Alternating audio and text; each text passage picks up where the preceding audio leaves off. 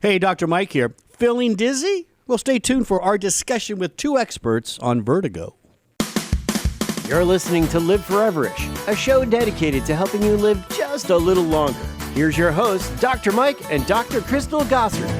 All right, welcome to Live Foreverish. So we're going to be talking, Dr. Crystal, about vertigo, and we got two experts that I'm going to bring right on. Please do. Let me introduce to you Dr. Abbie Ross. She's a board-certified neurologic clinical specialist with expertise in vestibular and balance disorder. And then you have Dr. Danielle Tolman, also a physical therapist specializing in vestibular and balance disorders. Both of our guests have earned their Doctor of Physical Therapy degrees. Dr. Ross, Dr. Tolman, welcome to the show. Thank you both so much for having us. Thank you. Yeah, it's fantastic to have you on. We'll talk at the end a little bit about Talk Dizzy to Me. I love it. I love your podcast title. So just off the bat, I mentioned something, and I want to make sure our audience understands what I had said, is that you guys specialize in vestibular and balance disorders. I think, can we start there? What is vestibular? What is the vestibular system, and why is it so important to our discussion today? Well, that vestibular system is small but mighty. A lot of people don't realize they have a vestibular system until something goes wrong with it. It's actually, that's a true to size print of a model of what your entire vestibular apparatus looks like. So that is actually your inner ear. This is not where you can put a Q-tip for your outer ear or where you get ear infections, where your middle ear is. This is inside your skull. And this little organ has a bunch of different sensors in it that communicate to different aspects of your brain and your body and take other information in to tell you where you are in space, where gravity is, essentially which way is up and which way is down, and how to keep your vision steady even while your head and your body move around, like when you're walking or running or jogging. So this is like a background sensory organ that is constantly working overtime to tell you where you are in space and how to keep you balanced, which is pretty remarkable when you think Dr. about Chris, it. you got really excited with the show and tell there. She likes it. I love the show and tell. And I'll tell you, I watched one of your YouTube videos. There it is. Look. I think one of the first videos that you did, and you were explaining a common, issue with the system. But I love the analogy you gave, and you even showed it. Have you taken a video and you showed how if you're trying to take a video and balance that phone, and how on the phone, when you're walking, it's kind of moving up and down. But when you walk, you're not seeing kind of those movements. And that was just a great way. I love how you described the difference between like how the body just kind of balances. It's like an internal stabilizer. Exactly, like a gyroscope or something that will get your eyes to move in contradiction to your body to get things nice and clear and steady. Mm-hmm. iPhones are getting really good these days with stabilizers. So we also relate this to running around at home with like a video camera, and we call that oscillopsia. But a lot of people with inner ear dysfunction or vestibular dysfunction will describe a feeling like it takes a second for their eyeballs to catch up to their head when they move, or like the room is spinning around. The room's not spinning, but their eyeballs are giving them that impression that it is.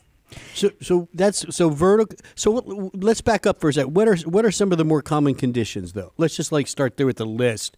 And where does vertigo kind of fall? Sure. In that list?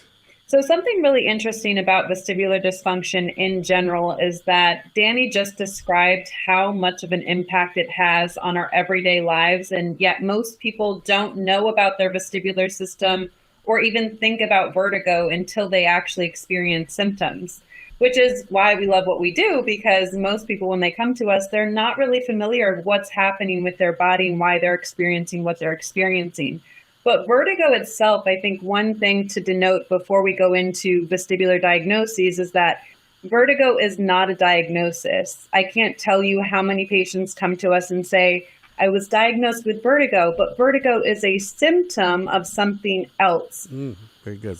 So some of the most common diagnoses related to the vestibular system are BPPV, which is benign paroxysmal positional vertigo. Danny had mentioned vestibular migraine as well.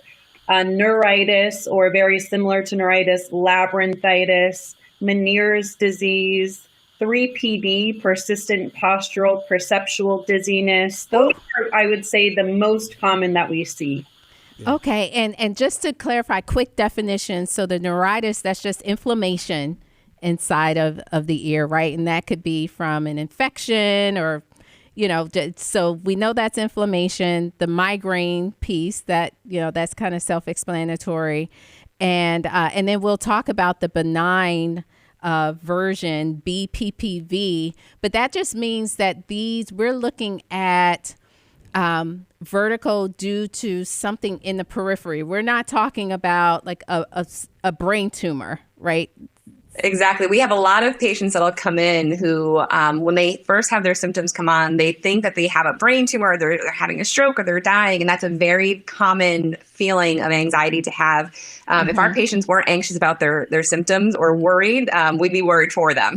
Yeah. Because it really is a horrible feeling. Yeah, now, how for are sure. these, just really quickly, how is this different from a dizzy spell or kind of the syncope? Can you just clear that up as well? Well, there's actually a lot of different terms that we use for dizzy. So vertigo is one that we have this rotary sense of, or a false sensation of movement when there isn't movement. Then we have a feeling of disequilibrium where internally you feel off or like you're imbalanced, but somebody can look at you and think that you look perfectly fine and normal. Then there's imbalance where you feel like you're drunk or like you look like you're intoxicated. There's also that anxiety type of feeling where you have that heart palpitation, you have like that fight or flight response, and then you have faint, which is more related to lightheadedness or cardiac implications. So we work a lot with our patients and our history to try to break down exactly how they're feeling, because each one of those symptoms really directs us and guides us when it comes to diagnosing what exactly might be causing their symptoms. And also to better educate the patient, to have them better explain to their clinician, practitioner, whoever they're talking to, exactly what's going on so they get pointed in the right direction sooner rather than later.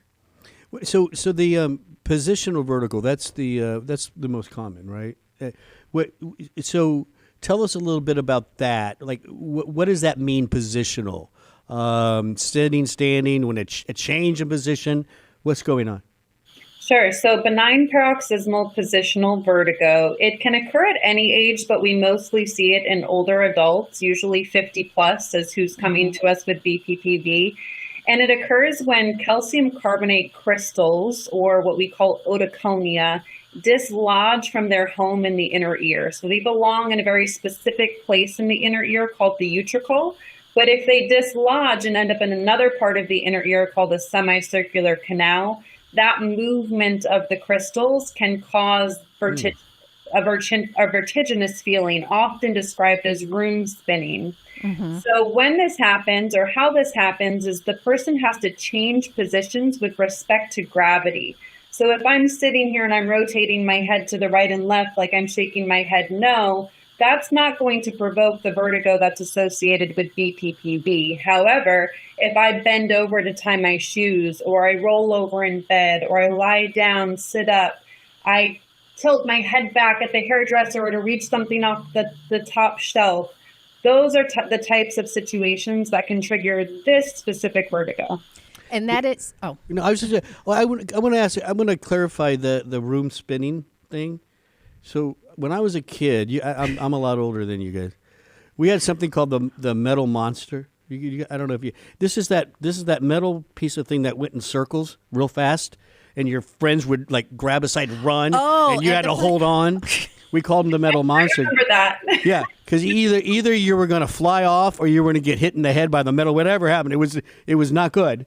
But we would do that, and you would get off that thing. Oh, that makes me nauseous just thinking about it. Yeah, you'd almost have to hold on to something because the world was like doing this. That is that a room? perfect. Yes, that is a perfect analogy. And actually, you are triggering your vestibular system to fire by doing that. We actually have a test in the clinic called the rotary chair that spins people around and measures their vestibular function It's the by metal getting them to monster. stop. So literally, so when you're spinning around, you've got this fluid inside the semicircular canals that start to spin along with you.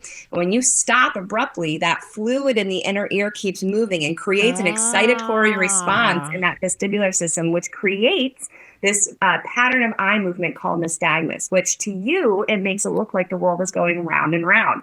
So you are stimulating your horizontal semicircular canal by getting on that metal monster. Wow. Maybe that's what they should call it.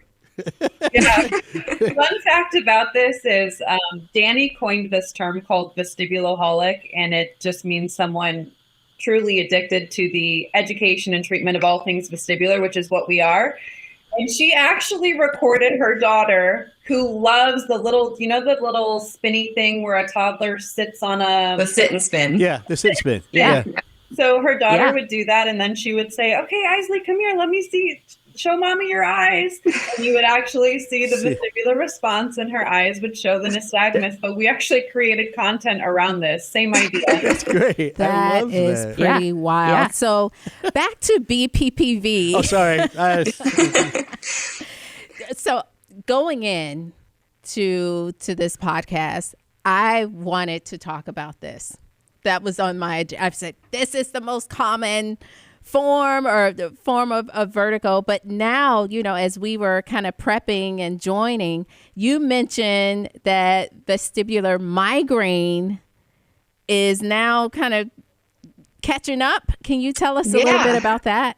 So interestingly enough, we have better diagnostic criteria and understanding about migraine, which has come, tenfold just in the last couple of years.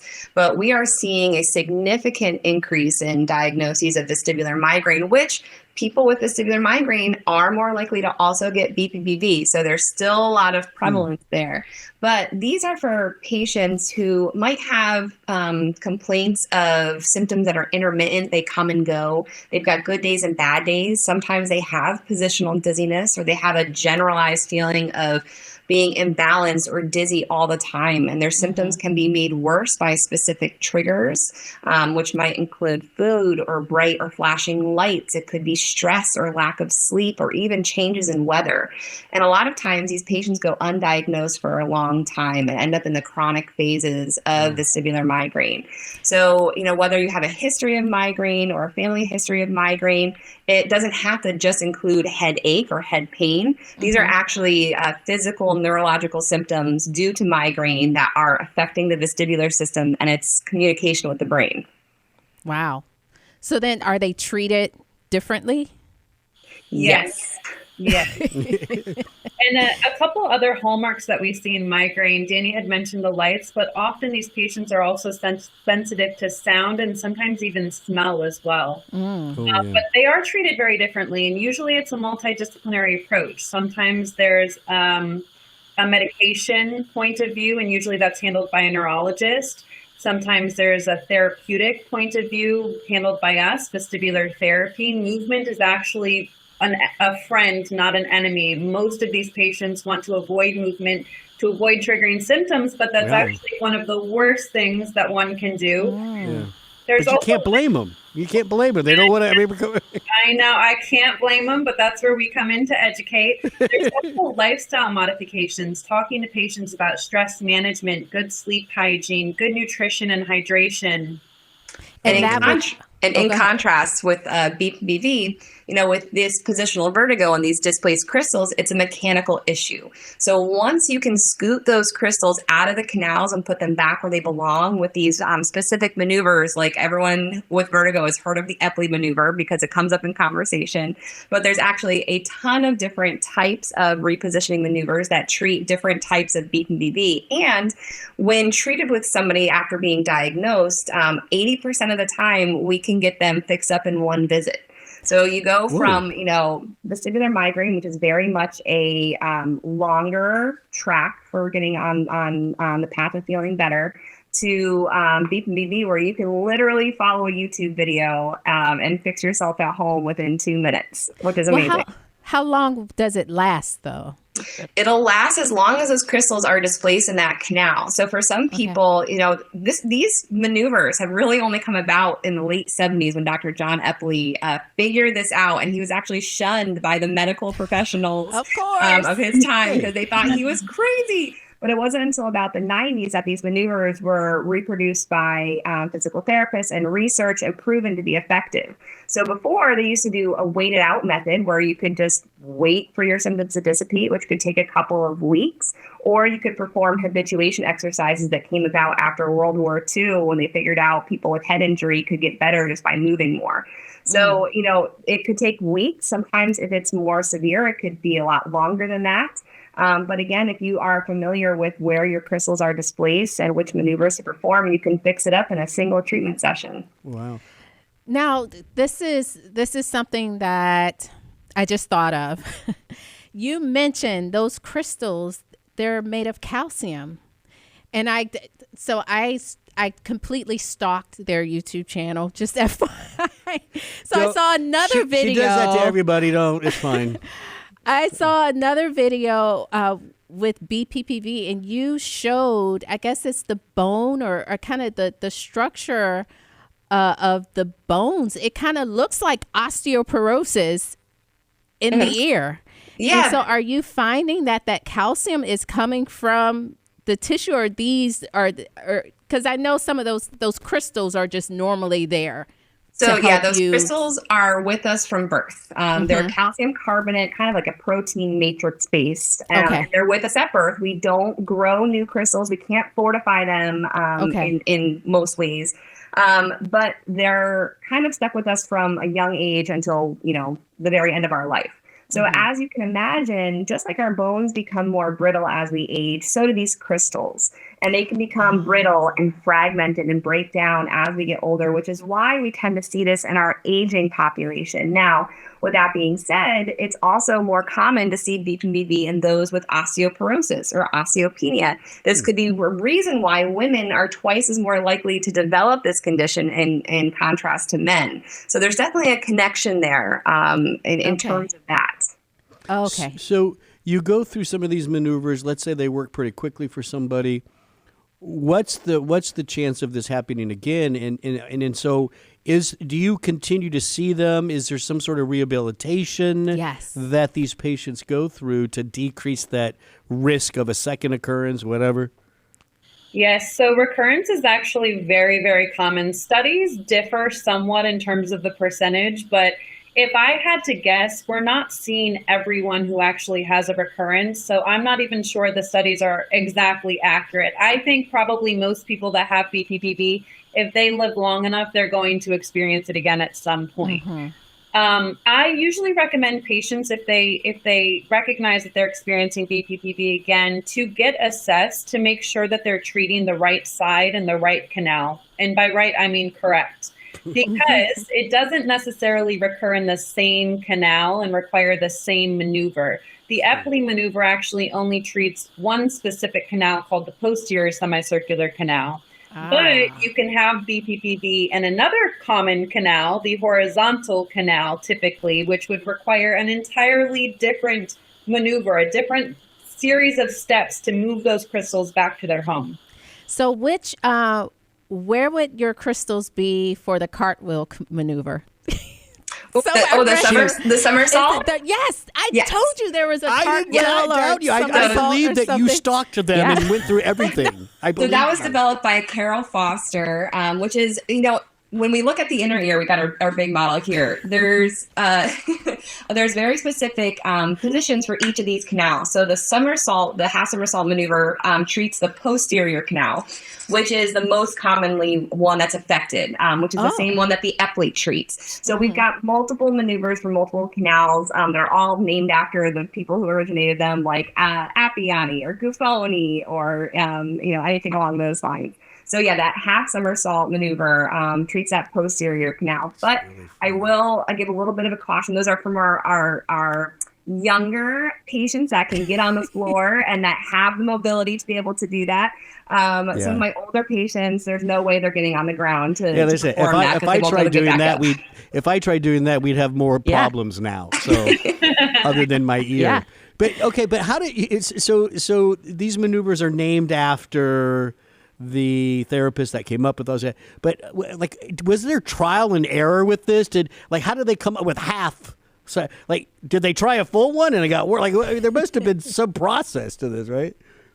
Well, you're really taking the anatomy of the inner ear into account here. So if you know what the anatomy is and what degrees the structure sits in the inner ear, of course, there's some anatomical anomalies for people and you can make adjustments accordingly. But if you consider the anatomy, you can figure out based on what canal the crystals are in, how to position the head or the inner ear in a series of positions to move the crystals back. So when we're determining where the crystals are displaced to, we're actually looking at the eye, as Danny had mentioned that word nystagmus earlier. Mm-hmm. So if we put a patient into a position where we're expecting that stimulation, if we're expecting the posterior canal, for example, we're going to do a Dix-Hall pike on them, which is a test position that we put them in. If we get a response, symptoms, and the nystagmus, we know, okay, the crystals are in the posterior canal. We're going to use the Epley maneuver. Can you show us the big one? Yeah, always. So just for people watching, because this goes on YouTube and stuff too. Just where is the outer ear? Where's my brain in this? So picture? this guy, this is really big. Right? You saw our other. Let's see the little one compared to the real one. Okay, I got it. So now we blow it up. Yeah. Now we blow it so up. This is blown up, but this sits inside your head. Inside, so you've got your ear canal, which is where you can put your Q-tip. Then you've got your middle ear, where your eustachian tube is, where you get those like fullness, the fluid, the ear infection. Mm-hmm. And then just inside the temporal bone there is where this guy sits. Mm-hmm. So he sits outside of the brain, but pretty close in proximity when you look at cross-sectionals of where that inner ear is in relation to like the cervical spine and the cerebellum and the brain. Yeah, so for positional vertigo, where are the crystals supposed to be? So the crystals are supposed to be in this bigger area here. Now, these semicircular canals are a one-way street. They only have openings on one end. Over here is where we have our openings that those crystals can displace into.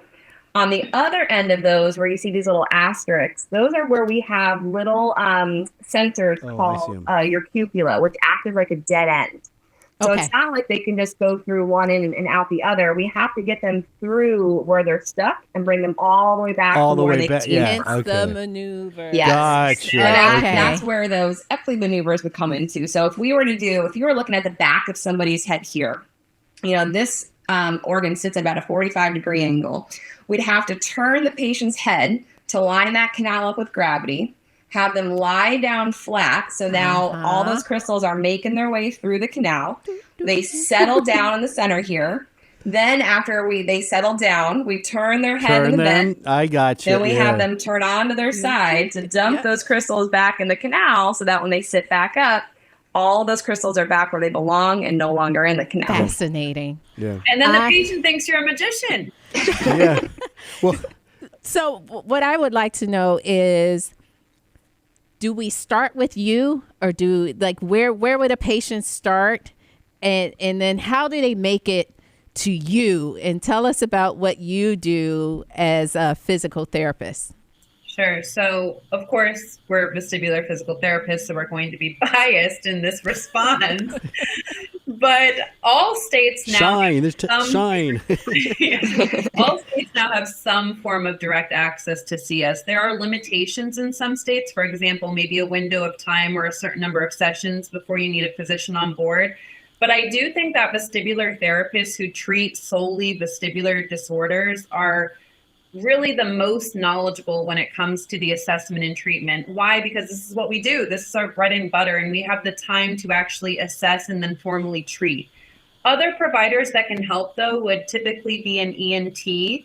Sometimes primary care physicians might know the Epley, for example, but if it's a different type of BPPV, they may need to refer further out. But when a patient comes to us, we're really diving into their history first, because usually within the first 10, 15 minutes, we pretty much know what kind of track we're going to go down with treatment just based on what they're telling us if we're asking the right questions. So this type of patient might come in and say, I don't know, I thought I was having a stroke. The whole world started spinning. It only lasted for like 30 seconds, but it felt like an eternity. I can't walk straight. I don't know what's happening. I have to sleep propped up on 3 pillows now.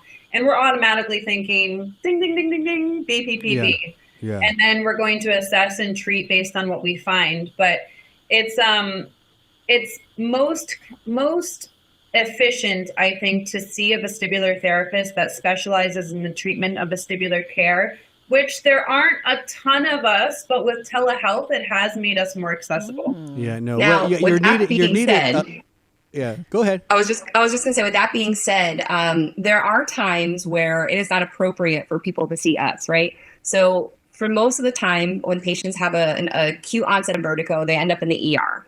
And that's where they get a lot of screening done. So they're already screening for stroke, they're screening for heart attack and other red flags. At that point in time, they're usually diagnosed with vertigo and given Meclizine and sent back to their doctor, their ENT, their neurologist, their potentially a vestibular therapist. By the time that we end up seeing a patient in the clinic, they've already been cleared by a bunch of different other clinicians to make sure there's not something more sinister going on. Now, whereas there are some times where patients will come to see us first, like Abbie said, that we do have direct access, and we might see them fresh off the street. We are also trained, this is why we have to have a doctorate now, we're trained to look for those red flags, to know when it's not appropriate. If there's a concern about stroke, if there's a concern about something else that's driving their symptoms, we have to be able to know when to refer out to the necessary place, whether it's the ER or the neurologist or another doctor. There are times where we can screen that. We are a really good place to start because we can act as that landing pad to tell a patient where to go next if that's necessary. That's a lot of times we can nip that in the bud with a quick maneuver if that's all it is. Yeah. I got to tell you, I as a clinician and a medical doctor, vertigo was the diagnosis we gave when we ruled out heart or brain issues. The minute I did that, I'm like, oh, it is vertigo. Like that was just what we wrote. You know, it must be the vestibular something system. We had vague knowledge of it. So what you guys are doing, it's absolutely essential because you're completing that story for people and you're getting them to the conclusion. I didn't do anything other than rule out the bad stuff. I would say the best thing to do if you can't narrow down the specific cause of the vertigo is give them the quote unquote diagnosis of vertigo, but then set them up with a referral to someone who can further dive into what's causing it. Yeah.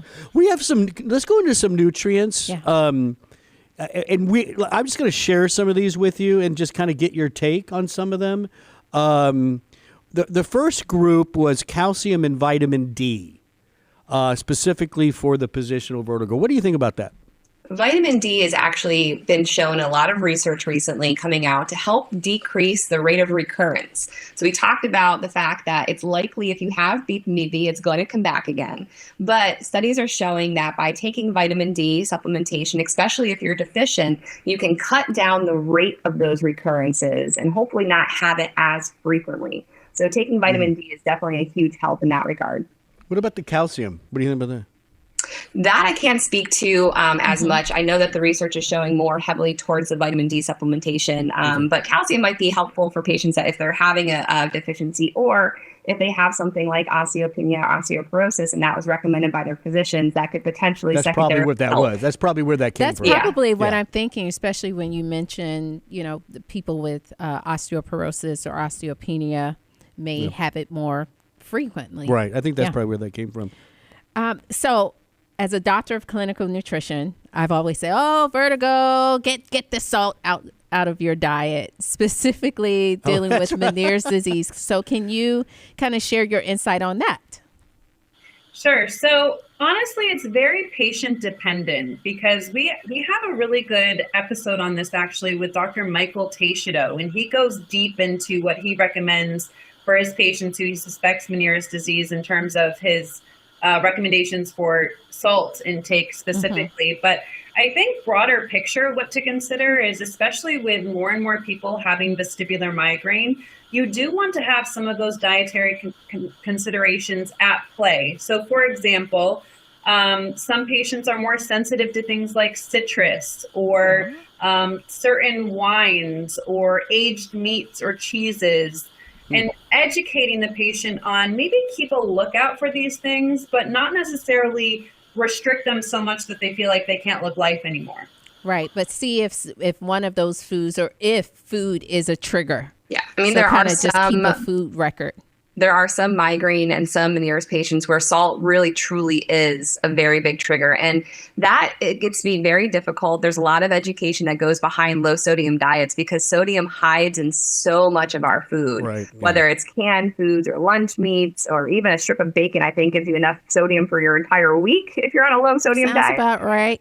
I'm not listening to that. I didn't hear that at all. I don't know. We're going to pretend you didn't say that. So sometimes the sodium can be really tough, but maybe there's something else that's driving, like Abbie had alluded to. If anybody is having a migraine issue and they look up a migraine diet, the lists are endless and scary and anxiety and stress producing.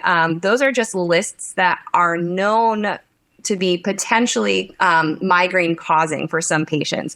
That doesn't mean it's specific to that patient. I had one person where the only thing that was triggering their migraines was avocados, which is crazy. Even after they did the Heal Your Headache, they cut out everything, all the good stuff they love to eat, like their wines, their meats, their cheeses. And it turns out it was just their avocado toast they were having every morning. So it's very specific to every patient. That's amazing. Wow. Dr. Abbie Ross, Dr. Danielle Tolman, tell us about Talk Dizzy to Me, and how can our audience listen to you guys and maybe subscribe and all that stuff? Sure. Talk Dizzy to Me actually was a passion project for us, which has taken off and become one of our favorite things that we do. You can find it on any streaming platform. Specifically for the video, you can find it on our YouTube channel. It's Balancing Act Resources. You can also find clips and other content, educational and empowering content, on our other social media platforms at Balancing Act Rehab. Fantastic information. Love this. Yeah. I'm just going to tell you, I don't have vertigo. I have family members with vertigo or who experience vertigo. And I wish I would have found your information sooner. No, that's great. But it's never too late to learn more. And I'm just fascinated by your work. So thank you. Thank you guys for coming on. Fantastic. Thanks so much. Now, don't forget, you can go to liveforeverest.com where we have now over 575 episodes. Is that right? I don't know. 575? 555 episodes. It's a lot. Yes, and when you're there, please download, like, share, and of course subscribe so you never miss a show. And our sponsor, you can see it right there, Life Extension, wants to say thank you. Go to lifeextension.com. Use the discount code podcast. You get 10% off, $50 or more plus free shipping and handling. That's at lifeextension.com. I'm Dr. Mike. That's Dr. Crystal. Thanks for listening.